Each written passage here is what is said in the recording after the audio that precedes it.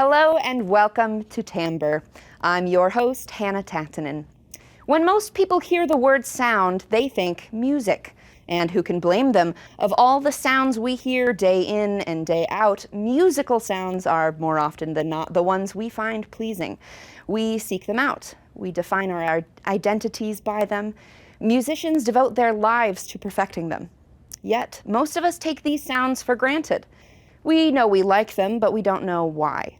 We know that the instruments we love are capable of making great music, but we rarely consider what exactly makes those sounds musical in the first place. On today's show, we'll delve a little deeper into the sound of music. We'll hear from Dr. Adam Greenberg of the Medical College of Wisconsin about his ongoing research on sound perception. Later on, Jenny Robinson of ISTHMUS Instruments will show us the art of making a new and unusual instrument, the handpan. And of course, it's impossible to fully appreciate an instrument until you hear it live, so stay tuned for an in-studio performance by instrumentalist Tony Meister playing one of Jenny's creations. To start off our program, Timbre producer Brian Kenney follows a thread, or should I say a string, into the complexities at the heart of a well-known musical sound.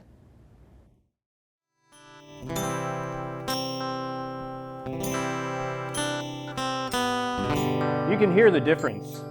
Even without looking, you know what types of instruments are being played. We humans are surprisingly adept at distinguishing sounds, whether musical or natural. The human brain is amazing.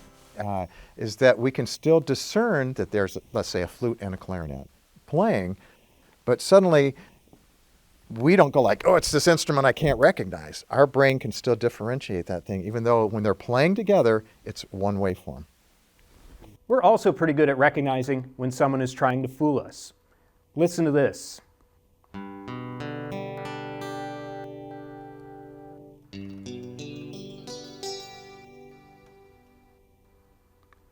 You could probably tell that one was a real guitar and the other a synthesizer. But interestingly, we still recognize that synth sound as being a guitar, or at least a guitar-like sound. But what is it about that sound that makes our brain say, aha, that's a guitar, even when we know something's wrong? To answer that question, we'll need to break the sound down into its most basic pieces and take a look at the difficulties in recreating a natural sound electronically. It turns out that it's very convenient to think of a lot of musical sounds as being composed of what we call sine waves. A sine is just a smooth oscillation, and perceptually we hear a sine wave as just a simple tone. Sine waves are frequent occurrences in physical phenomena. For example, you have a string, as you can find it in a guitar, you can find it on a violin, and when you displace the string, the tension of the string will lead the string to go back and forth. The way a string creates sound is that there are only certain amounts of oscillations permissible because they tend to be clamped on both sides. By that clamping, we get integer ratios of these sinusoidal oscillations. If the ratios of oscillations are integer, we call that harmonic. This harmonic series can easily be shown using a guitar. By placing a finger lightly on the string at a position called a node, a player can play the harmonic overtones by suppressing the other vibrations. Each node occurs at a position on the string where the vibration divides. You've probably heard the harmonic series before. In fact, the only notes a bugle can play are the first 5 overtones. The strings and air tubes have very, very similar physics. In both cases, you get standing waves that oscillate at these integer patterns. And this actually explains why when you look at the Western orchestral ensemble, almost all the instruments that are involved are either string instruments or they're some sort of wind instrument. One important example of how we perceive a sound is the distribution of our harmonic content. So if a lot of higher harmonics have a lot of energy, we perceive that as a bright sound. Whereas if all our energy is concentrated in the lower harmonics, we hear that as a more dull sound. This also relates to how we hear materials.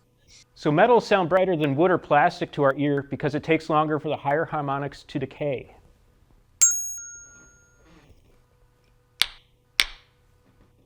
This explains why steel strings of an acoustic or electric guitar sound brighter than the nylon strings of a classical guitar.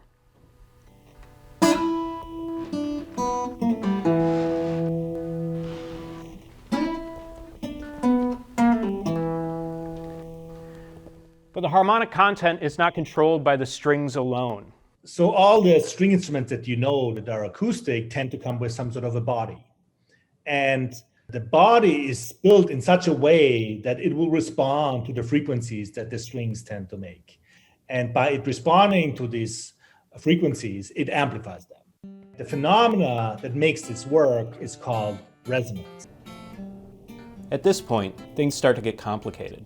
With our basic knowledge of harmonic content, resonance, and decay, we could build a sound out of some basic sine waves, but it wouldn't sound much like a guitar at all. That's because there's a complex interaction between the string and how it's played. The way you pluck changes how energy gets injected in the string, how much energy gets into the higher harmonics, how much energy gets in the lower harmonics. Is there going to be a brighter sound? Is there going to be a more dull sound? So if you listen to a violin normally playing something beautiful, the sound of that is pleasing to the ear. But as soon as you start pressing down on the bow and scraping, that's part of the sound. And so I'm sure it's changing all the harmonics and everything like a maniac. This interaction between bow and string, or in the case of a guitar, a pick and string, introduces noise and what are called inharmonic overtones into the sound. Inharmonicity is when two sine oscillations don't have an integer ratio. They have some other ratio to each other, and so they don't fit neatly into this pattern of harmonic instruments that we have. Because each string of a guitar is a different thickness, each one has a different amount of inharmonicity influencing its sound. So the same note played on two different strings will sound slightly different. The challenge of sound synthesis is that if you want to truly emulate physical instruments, you have to get everything right. And it turns out a lot of these things, if you look very, very closely, are actually very subtle and complicated. And so our ear is very good in actually hearing small mistakes of a certain type.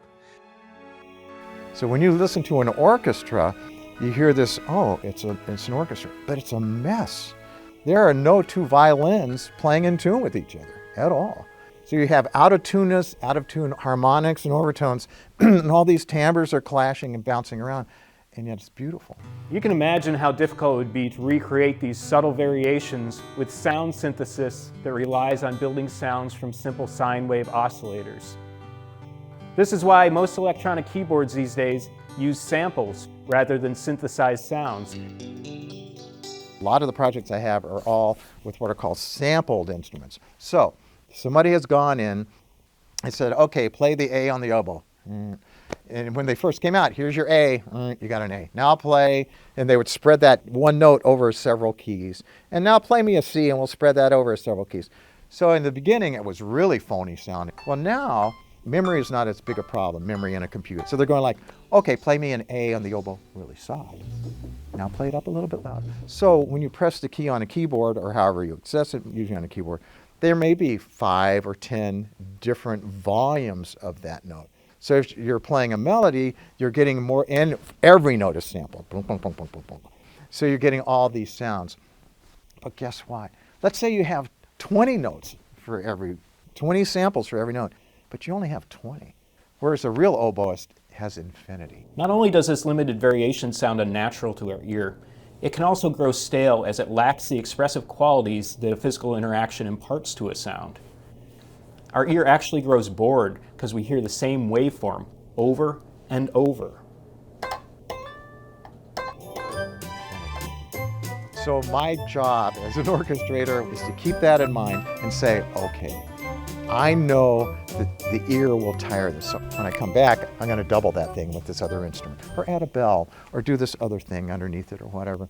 And it keeps the ear fresh. It's kind of, to me, it's, if you see a great actor, do they whisper all the time? Or do they yell all the time? No, there's this variety. That's why real instruments sound so much better, because they're interacting with our bodies, with the space.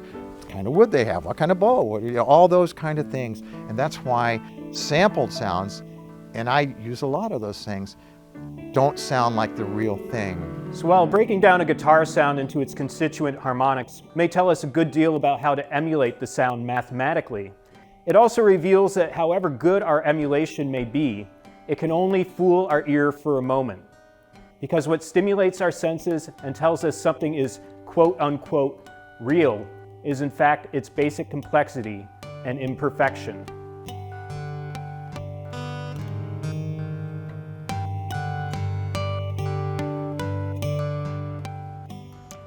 While the physics of sound may be pretty well understood, there are still a lot of unknowns when it comes to why we consider some sounds to be music and others random noise.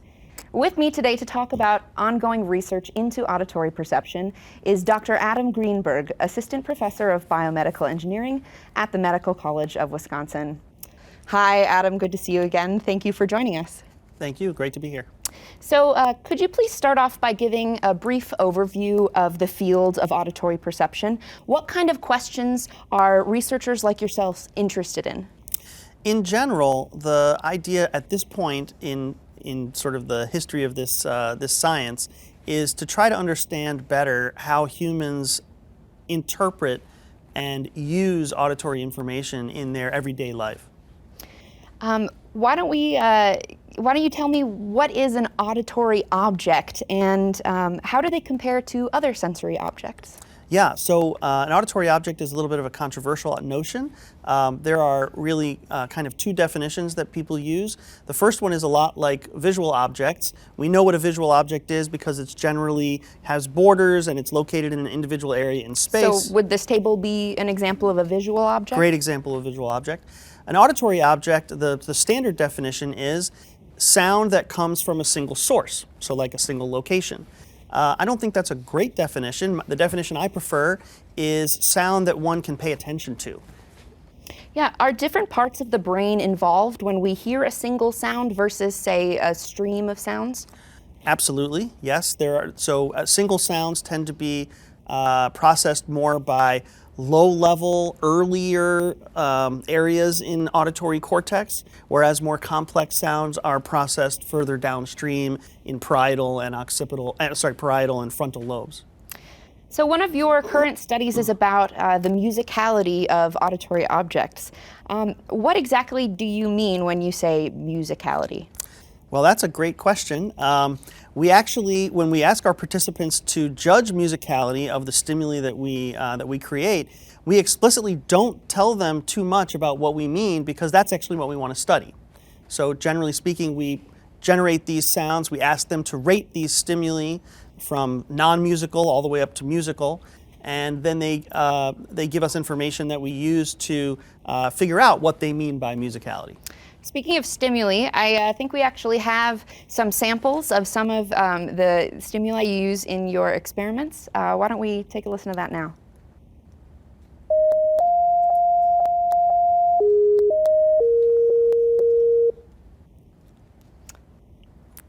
So, musical or unmusical is sort of the, tell me more about in your experiment. If I was the subject, given that information, what are my next steps?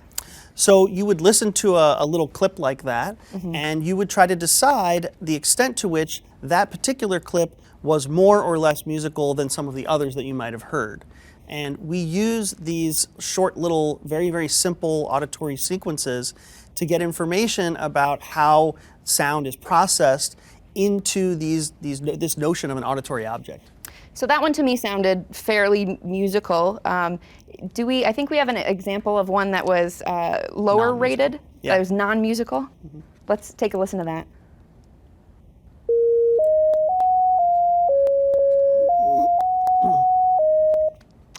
So when I visited you at your lab last a few weeks back, I got the chance to step into something that I wish there was a bit more of an exciting name for, maybe a fun nickname. But why don't you tell us about that booth, and then also, is that where a participant is during the experiment?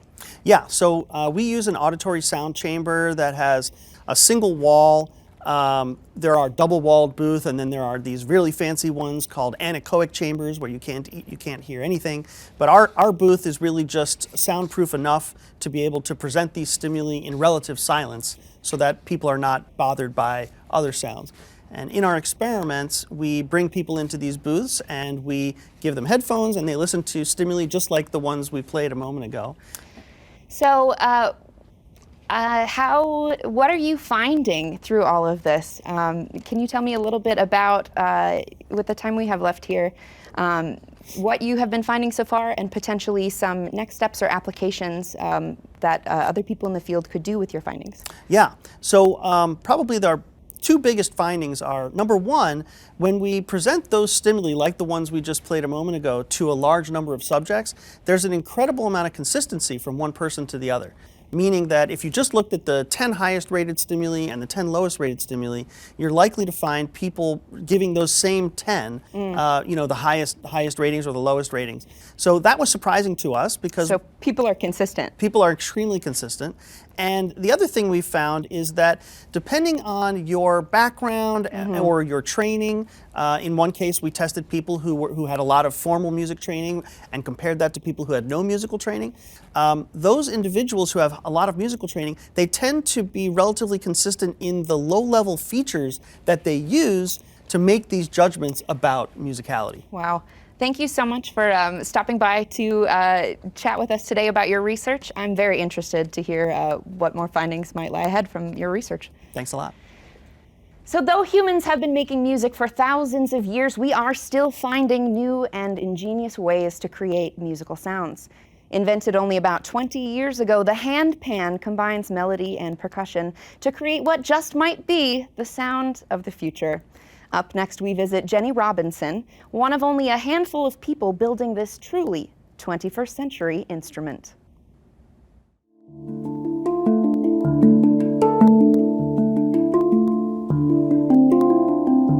I heard the sound of the handpan. This was back in like 2012 or so. And I heard the sound and I thought, oh, that's really awesome. I was like, how do you get one of these? And it turns out that there's only a couple places in the world where you could find a handpan. So I decided I would try my hand at making them.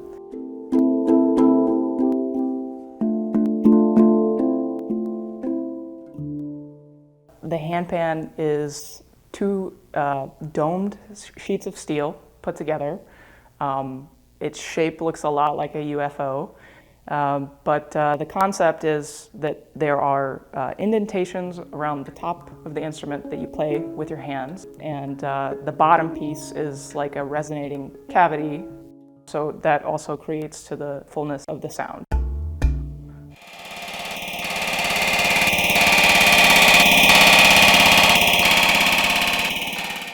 So the handpan is a really unique instrument in that it's has a limited number of notes. So with that limited number of notes, they're often in different keys.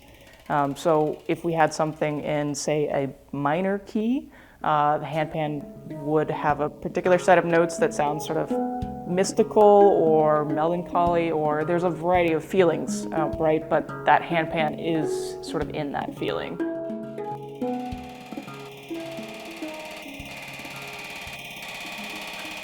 I discovered the handpan around the time I was going back to school. I made a choice to go back to technical school. I wanted to develop skills to work with my hands. So I enrolled in a machine tooling class. So making tools out of metal or making parts out of metal, being very precise with what you do seemed like a good fit for me. The machine tool program really helped me be able to build my own tools that I use in the shop every day. when I was growing up, I couldn't convince my mom to let me play the drums. So I built my own drum set out of like buckets and like pot lids and hanging things from the ceiling. So I've always actually, really wanted to build musical instruments. It's kind of been a theme throughout my life. Building handpan requires like physical skill, for sure, hand-eye coordination, but also one of the main skills I think as I've progressed is the ability to think in 3D. So thinking about the actual shape of the note of the handpan, like each individual note, what its shape is and how it vibrates sort of and lives in that curved dome space. That's a skill that takes time and just building a lot of instruments to develop. What we're doing over here is called a rough tuning process. So we're taking a shaped handpan and it has basically no sound, and we're going to stretch the steel membrane from this is really a model here of the dimple. So we're going to stretch that out, and then we're going to push it in. We're going to create a hyperbolic paraboloid shape in the steel. And that's going to allow for the frequencies to be separated and for it to have a nice sound quality. There's no school for learning how to do this. Everybody who does it really just kind of tries and fails and tries again.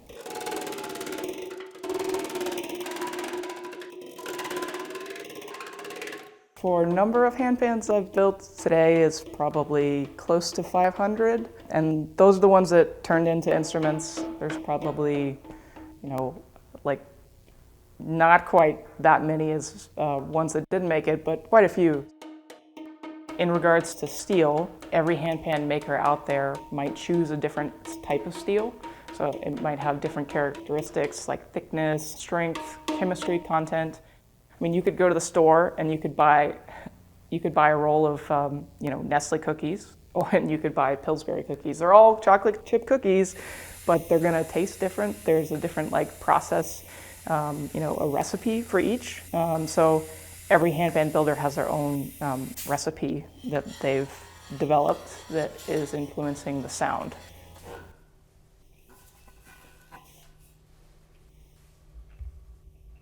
So we just glued these instruments with this flexible adhesive that needs proper moisture and humidity to cure over a process of days. So the sound I like in the handpan is one that's really lively and resonant.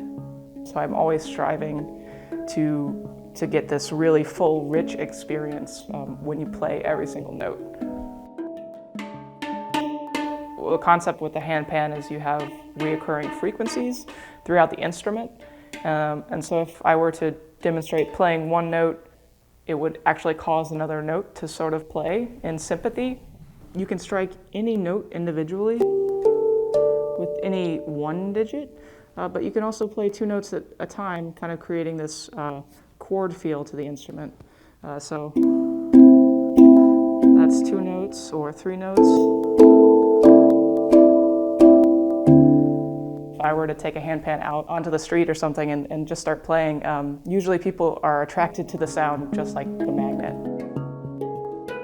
Every year that goes past, more and more people are discovering the handpan. People are starting to hear the sound more in the mainstream, and I just expect that to continue to grow.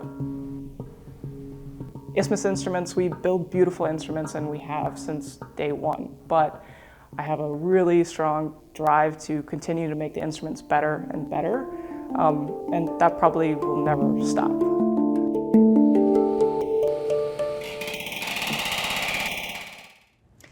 Now that we've seen how it's made, it's time to hear it in action. With us in the studio today is Tony Meister and his blue handpan, custom built by Jenny Robinson of ISTHMUS Instruments. Tony's going to send us off tonight with some otherworldly sounds, but first, I want to thank you for tuning in to this episode of Timbre. I'm still Hannah Tattinen, reminding you, as always, to enjoy the sound.